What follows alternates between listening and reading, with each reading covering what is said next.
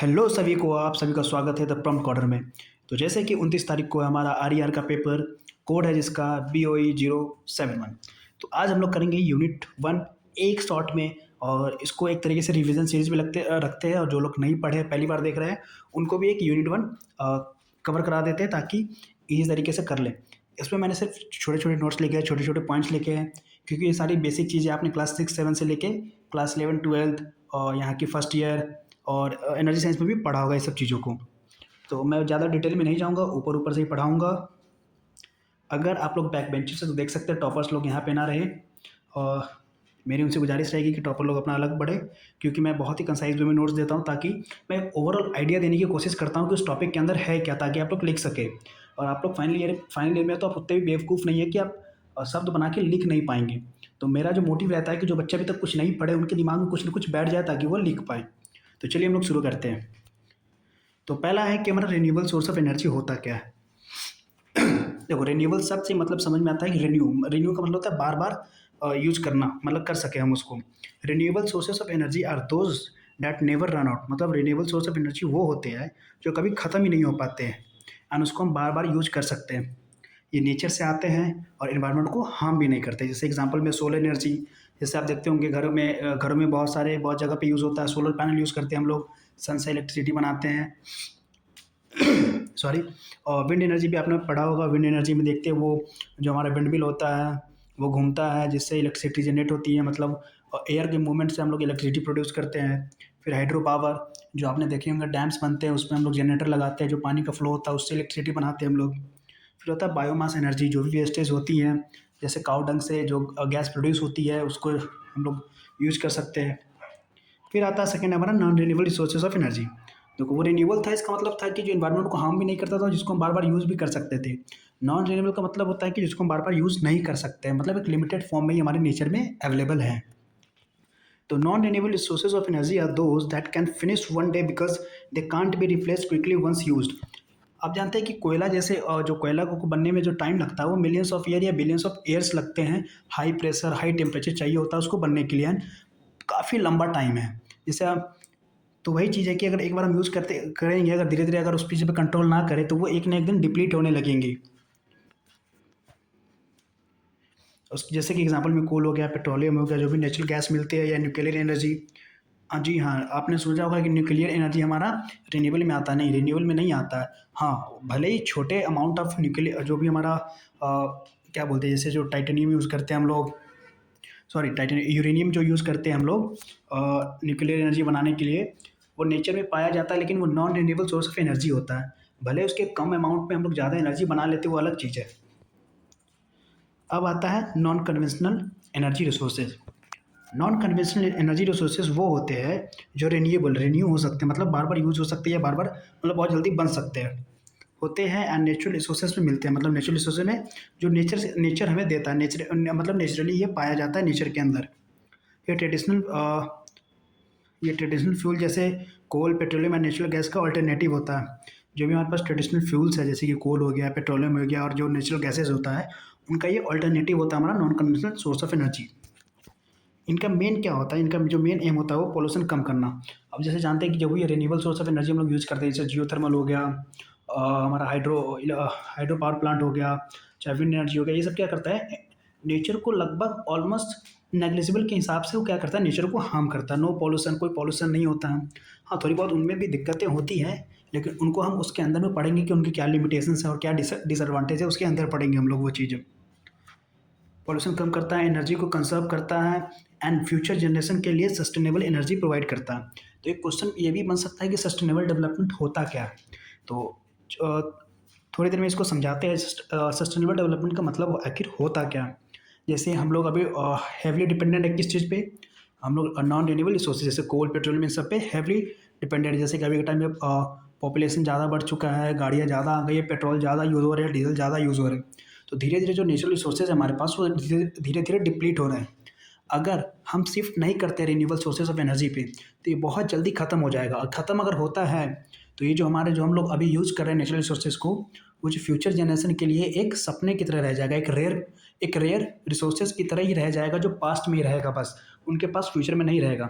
तो हमको उसको सस्टेन करना पड़ेगा, प्रिजर्व करके रखना पड़ेगा, ताकि फ्यूचर जनरेशन भी उस चीज़ को देख सके एंड उस पर रिसर्च कर सके, उसको यूज कर सके। ताकि क्योंकि जो नेचर में चीज़ है वो सबके लिए है, ना कि सिर्फ हम लोग यूज़ करें, हमारे आने वाली जनरेशन यूज़ ही ना कर पाए। तो अब हम लोग मूव करते हैं कि नॉन कन्वेंशनल एनर्जी के एनर्जी का मतलब जो सोर्सेज है कहाँ से मिलता है हमारा ये नॉन कन्वेंशनल एनर्जी। पहला होता है सोलर।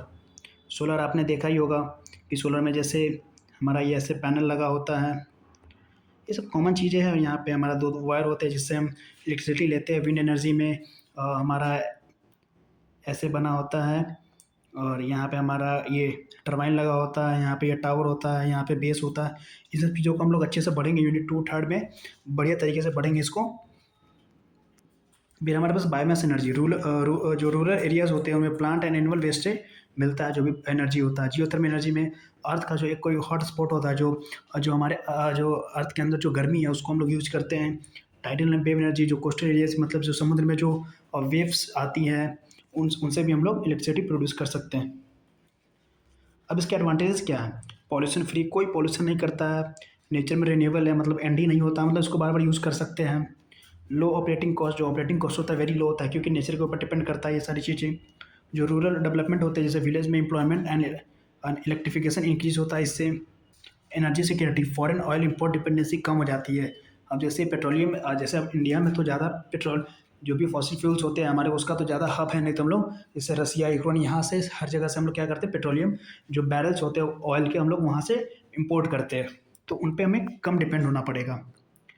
अब इसका आता है डिसएडवांटेजेस क्या है। पहला तो इसमें जो डिसएडवांटेज है वो है हमारा हाई इनिशियल कॉस्ट। जो सेटअप करने में जो इन्वेस्टमेंट लगता है वो बहुत ज़्यादा ही लगता है इसके अंदर। फिर है कि लार्ज एरिया रिक्वायरमेंट सेटअप करनी, जैसे विंडमिल जब बनाते हैं तो उसको एक खुला एरिया चाहिए, आसपास कोई गांव नहीं चाहिए, और वहाँ पे घर वर भी नहीं चाहिए। हम लोग घर जैसे किसी शहर के अंदर हम लोग विंडमिल को सेटअप नहीं कर सकते। फिर आता है स्टोरेज प्रॉब्लम। अब ये सब क्या है कि एनर्जी कंटिन्यूस, जैसे मान लो कि हवा बह रही है, अगर उस टाइम हमारे पास अगर कोई सोर्स नहीं है एनर्जी को स्टोर करने के लिए, तो दिक्कत बन सकती है। फिर आता है टेक्नोलॉजी डिपेंडेंसी।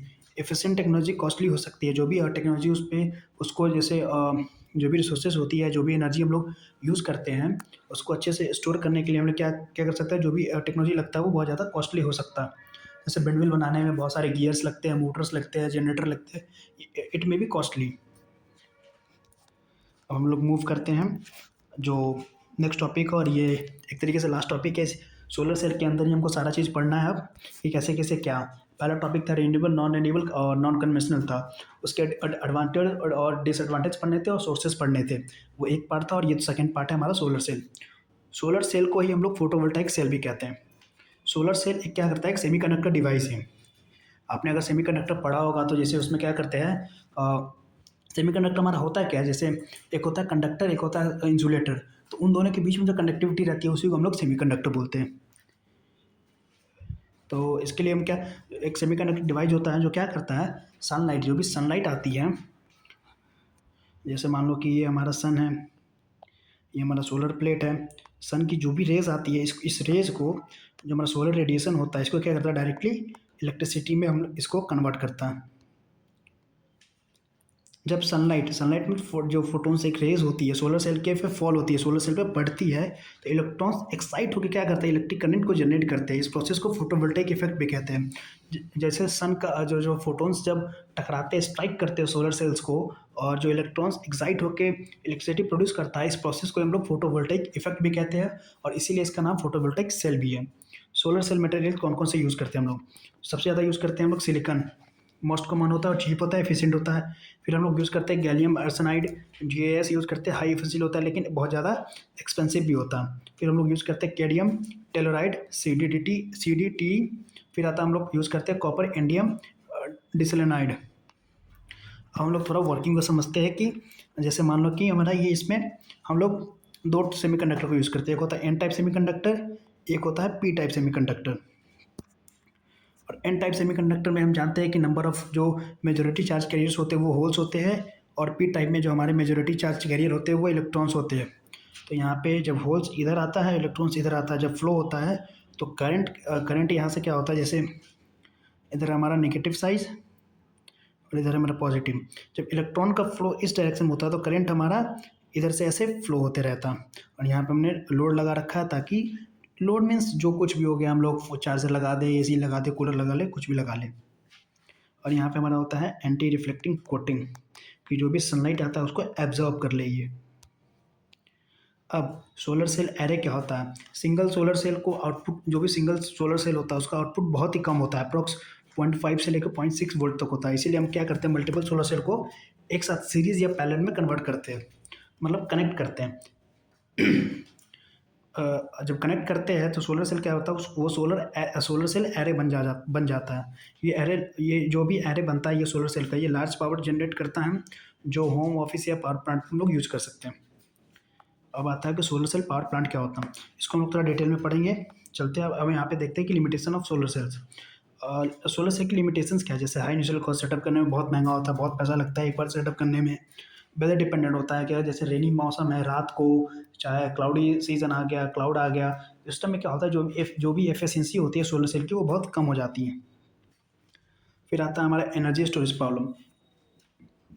बैटरी रिक्वायर्ड होती है जब भी सनलाइट ना हो। जैसे ये क्या करता है, डायरेक्ट सनलाइट को इलेक्ट्रिसिटी में कन्वर्ट करता है, तो वो उसी वक्त करता है, ना कि सनलाइट अभी पड़ी तो 1 घंटे बाद करता है, नहीं। जैसी लाइट पड़ती है तुरंत कन्वर्ट करता है। अगर उस टाइम हम अगर कोई स्टोरेज, जो भी बैटरी वैटरी जो भी होती है, अगर हम लोग यूज़ ना करें तो जब सनलाइट नहीं रहती तो हम लोग उस टाइम यूज़ नहीं कर पाएंगे इस चीज़ को। फिर आता है कि space requirement. Large land area चाहिए होता है सोलर सेल को लगाने के लिए, ताकि धूप अच्छे से आ सके। फिर आता है एफिशिएंसी इशू। कन्वर्जेशन एफिशिएंसी जो होता है 15 से 25% तक लिमिटेड होती है। और इसमें एक और चीज़ हम लोग ऐड कर सकते हैं कि रेगुलर मेंटेनेंस भी चाहिए होता है। रेगुलर मेंटेनेंस मतलब लगातार इसको मेंटेन करना पड़ता है। जैसे धूल पड़ गई तो एफिशिएंसी कम हो जाती है, तो उसको साफ़ करना पड़ता है। ये सारी चीज़ें हमें करनी पड़ती हैं। अब हम लोग चलते हैं। सोलर सेल में जब हम लोग पढ़ रहे थे, इसमें 2 टाइप के कनेक्शन होते हैं। हम लोग इस चीज़ पे ध्यान नहीं दिए थे। एक होता है सीरीज कनेक्शन, एक होता है पैरेलल कनेक्शन। सीरीज कनेक्शन से क्या होता है, वोल्टेज हमारा इंक्रीज होता है, और पैरेलल में करंट इंक्रीज होता है, जो भी हमारा आई है वो इंक्रीज होता है। ये सारी चीज़ें हमने 12th में भी पढ़ी होंगी, बेसिक चीज़ें हैं। फिर आता है सोलर सेल मटेरियल्स, हमने पढ़ लिया कि सिलिकॉन ज़्यादा यूज़ होता है, तो इसको छोड़ देते हैं हम लोग। एक और चीज़ है कि अगर क्वेश्चन आता है 2 नंबर में कि सिलिकॉन ज़्यादा ही क्यों यूज़ किया जाता है, तो पहली बात है कि हाई अवेलेबल होता है, स्टेबल होता है, लॉन्ग लाइफ होता है, और ज़्यादा कॉस्टली भी नहीं होता, मतलब चीपर कह सकते हैं एक तरीके से। इस सारे जो भी सारे मटेरियल है उसके उसमें से सबसे ज़्यादा चीपर होता है हमारा। अब आते हैं इसके लास्ट टॉपिक पे, solar cell power plant. Solar power plant होता है हमारा, वो बहुत सारे पैनल्स को ऐड किए जाते हैं। जो भी हमारे सोलर सेल होते हैं उसको बहुत सारे, मतलब जैसे 1 2 3 4 5 ऐसे करके उसको एक साथ हम लोग अटैच करते हैं, ताकि इलेक्ट्रिसिटी जनरेट कर सकें। अब इसके अंदर एक डायग्राम है, थोड़ा सा समझते हैं इसको, और डायग्राम समझते ही ये ख़त्म भी हो जाएगा। जैसे ये सन है, सन से सनलाइट आई हमारे यहाँ पे, बहुत सारे मान लीजिए कि ऐसे ऐसे करके बहुत सारे सोलर पैनल हैं, इस पे हीट पड़ी। जैसे हीट पड़ी तो ये क्या हुआ, चार्जर कंट्रोलर के थ्रू क्या हुआ, जो भी इलेक्ट्रिसिटी प्रोड्यूस हो रही है तो चार्जर कंट्रोलर के थ्रू क्या कर रहा है, बैटरी को चार्ज कर रहा है। अब चार्जर कंट्रोलर क्यों लगा, हम लोग डायरेक्ट बैटरी को चार्ज भी कर सकते हैं, लेकिन जैसे आपको पता है कि जो भी हमारा सन की जो एफिशिएंसी कभी बढ़ते रहती है कभी घटते रहती है, कंटिन्यूअस फ्लो ऑफ करंट नहीं रहता, तो उस टाइम क्या हो सकता है, बैटरी हमारी ख़राब भी हो सकती है। तो हम लोग एक चार्जर कंट्रोलर लगाते हैं, ताकि एक बराबर फ्लो ऑफ करंट को प्रोवाइड करते रहे, ताकि चार्ज होता रहे। और ये क्या करता है, एक तरीके से सेव भी करता है, जैसे डीप डिस्चार्ज होने से या ओवर चार्ज होने से बैटरी को बचाता भी है। इन्वर्टर तो आपको पता ही होगा, क्योंकि हमारा जो ये सोलर पैनल क्या करता है, डायरेक्ट करंट देता है, डीसी देता है। इन्वर्टर हमको क्या करता है, उस डीसी को एसी में कन्वर्ट करता है। इसलिए क्योंकि जो भी होम अप्लायंसेस होते हैं, जैसे कि लाइट हो गया, फ़ैन हो गया, ये सारी चीज़ें हमारे एसी पे चलती हैं, अल्टरनेटिव करंट पे चलती है, तो डीसी से एसी में कन्वर्ट किया जाता है। फिर डिस्ट्रीब्यूशन बोर्ड का मतलब होता है कि जैसे स्विचेस लगे हैं, ये स्विचेस इधर करंट पास करेगी, इधर करेगी, इससे हम लोग मल्टीपल अप्लायंसेस चला सकते हैं। तो बस यही सारी कहानी लिखनी है इसके अंदर। फिर भी हम लोग देख लेते हैं।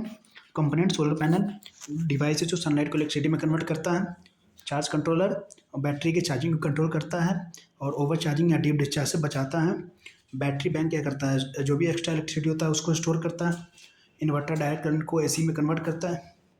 और डिस्ट्रीब्यूशन लोड ये एक इलेक्ट्रिकल पैनल होता है, जहाँ से जनरेटेड इलेक्ट्रिसिटी को सेफली डिफरेंट डोर्स तक डिस्ट्रीब्यूट किया जाता। तो यूनिट 1 हमारा यहाँ पे ख़त्म होता है, और कोशिश करूँगा कि कल शाम तक पाँचों यूनिट आपकी हो जाए। मिलते हैं फिर यूनिट 2 में।